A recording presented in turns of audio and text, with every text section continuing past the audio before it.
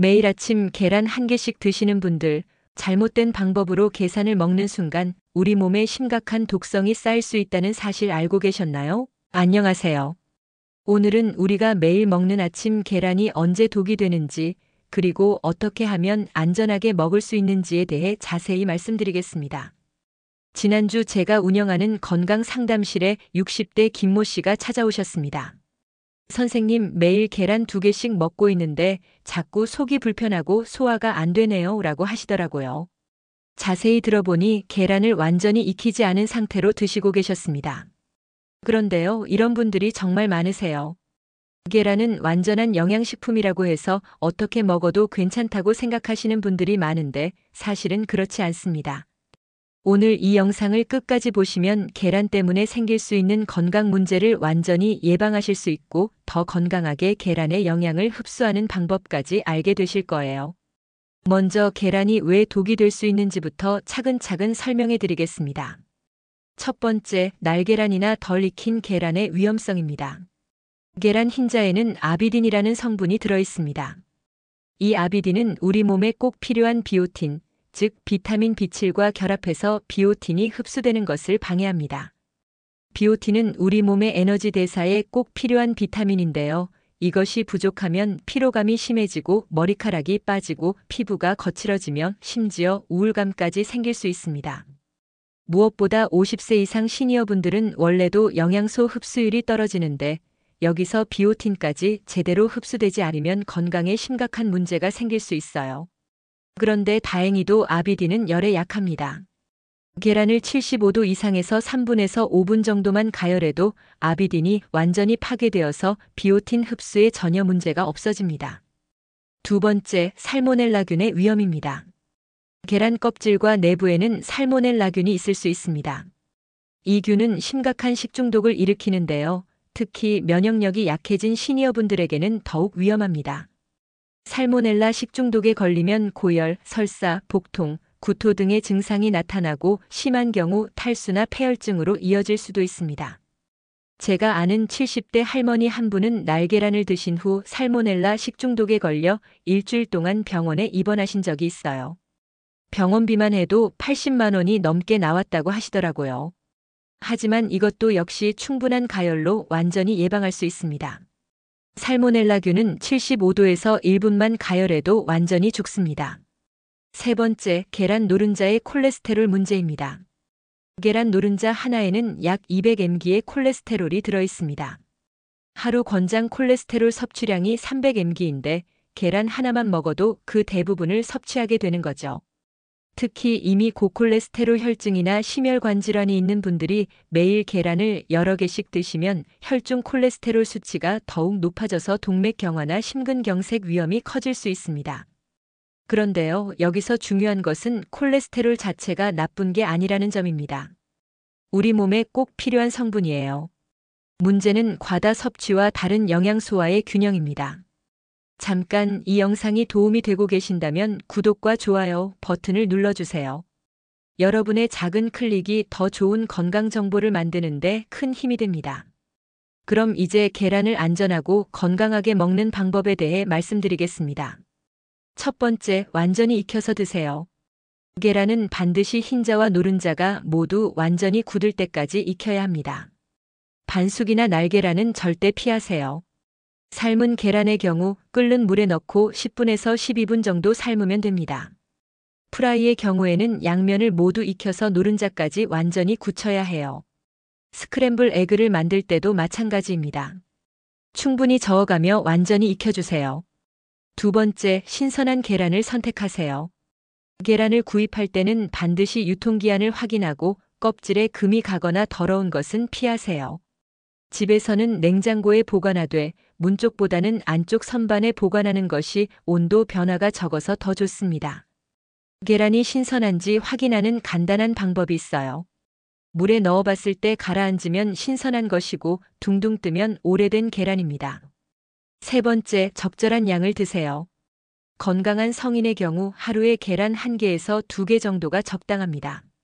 하지만 고콜레스테롤 혈증이나 심혈관 질환이 있는 분들은 하루에 1개 이하로 제한하시는 것이 좋아요. 특히 다른 동물성 식품을 많이 드시는 분들은 계란 섭취량을 더욱 줄이셔야 합니다. 네 번째, 다른 영양소와 함께 드세요. 계란만 단독으로 먹기보다는 채소와 함께 드시면 영양 균형도 맞추고 콜레스테롤 흡수도 조절할 수 있습니다. 시금치, 브로콜리, 당근 같은 채소와 함께 스크램블을 만들거나 샐러드에 삶은 계란을 올려서 드시는 것도 좋은 방법이에요. 무엇보다 중요한 것은 섬유질이 풍부한 채소를 함께 드시는 것입니다. 섬유질은 콜레스테롤의 흡수를 막아주고 혈중 콜레스테롤 수치를 낮춰주거든요. 다섯 번째, 조리법을 다양화하세요. 매일 같은 방법으로 계란을 드시면 지루할 뿐만 아니라 영양 흡수에도 좋지 않습니다. 월요일에는 삶은 계란, 화요일에는 계란말이, 수요일에는 계란찜, 목요일에는 채소 스크램블, 금요일에는 미역국에 계란 풀어넣기. 이런 식으로 다양하게 드셔보세요. 각각의 조리법마다 영양소의 흡수율이 조금씩 다르거든요. 삶은 계란은 단백질 흡수율이 높고 계란찜은 소화가 잘 되며 기름을 사용한 요리는 지용성 비타민 흡수에 도움이 됩니다. 여섯 번째, 개인의 건강 상태를 고려하세요. 당뇨병이 있는 분들은 계란을 드실 때 탄수화물 섭취량을 조절해야 합니다.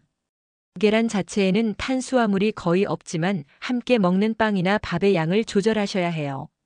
신장 질환이 있는 분들은 단백질 섭취량을 제한해야 할 수도 있으니 의사와 상담 후 드시기 바랍니다. 그런데요, 여기서 많은 분들이 궁금해하시는 점이 하나 있어요. 계란이 정말 콜레스테롤을 높이나요?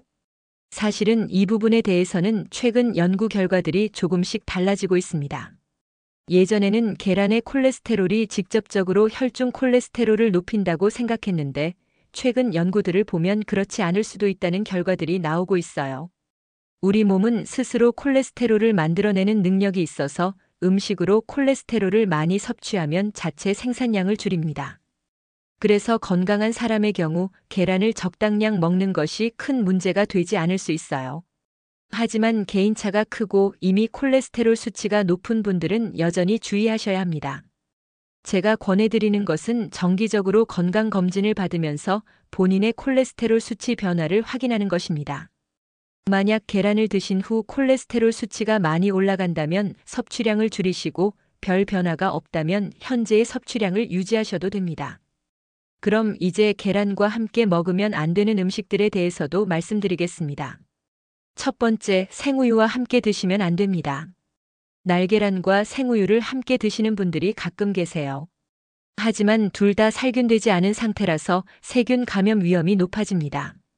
반드시 가열 조리된 계란과 살균된 우유를 드세요. 두 번째, 과도한 양의 베이컨이나 소시지와 함께 드시면 안 됩니다.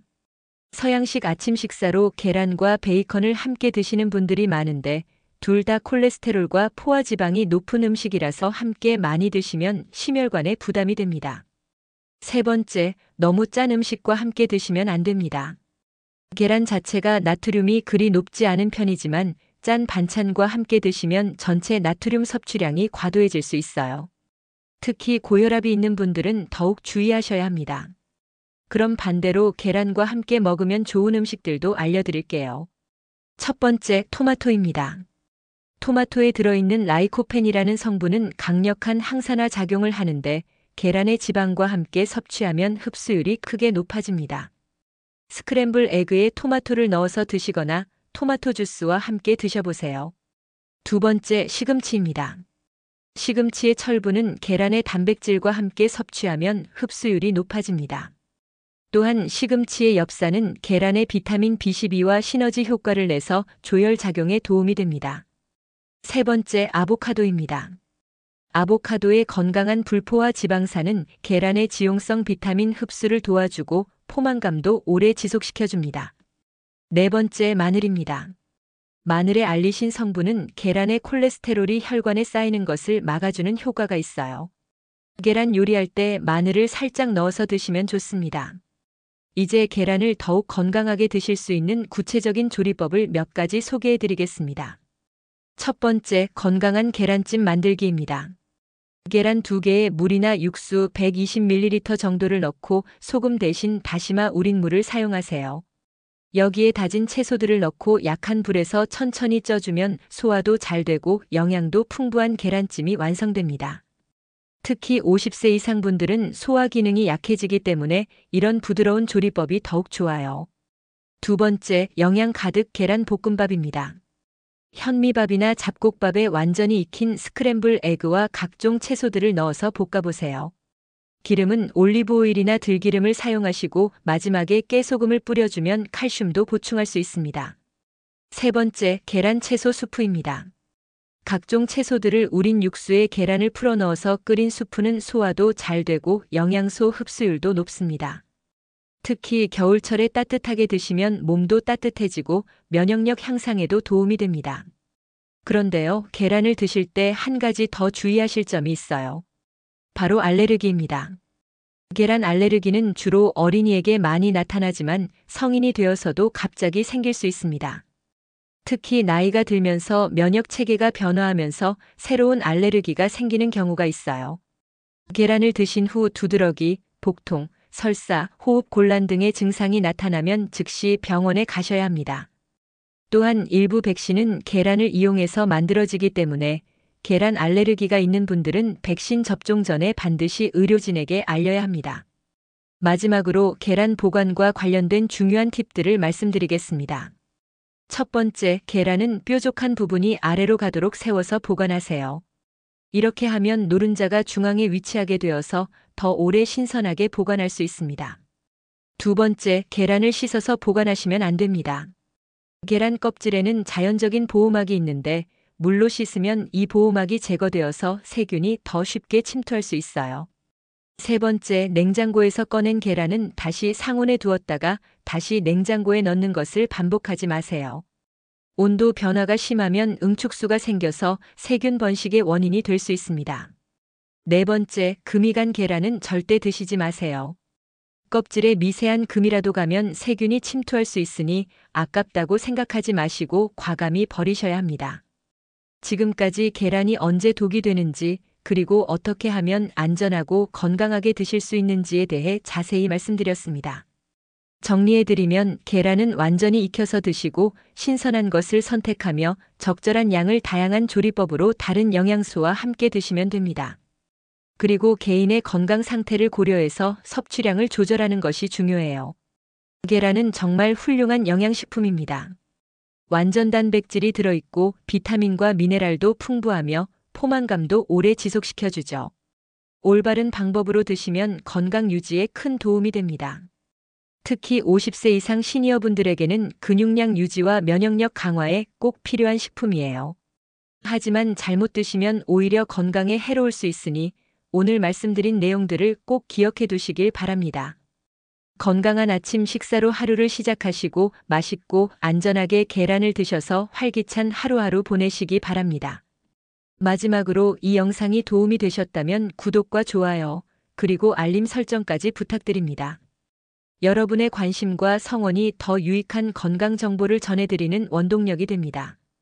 그리고 댓글로 여러분만의 건강한 계란 요리법이나 궁금한 점들을 남겨주세요. 다음 영상에서 더욱 알찬 내용으로 찾아뵙겠습니다. 건강하고 행복한 하루 되세요.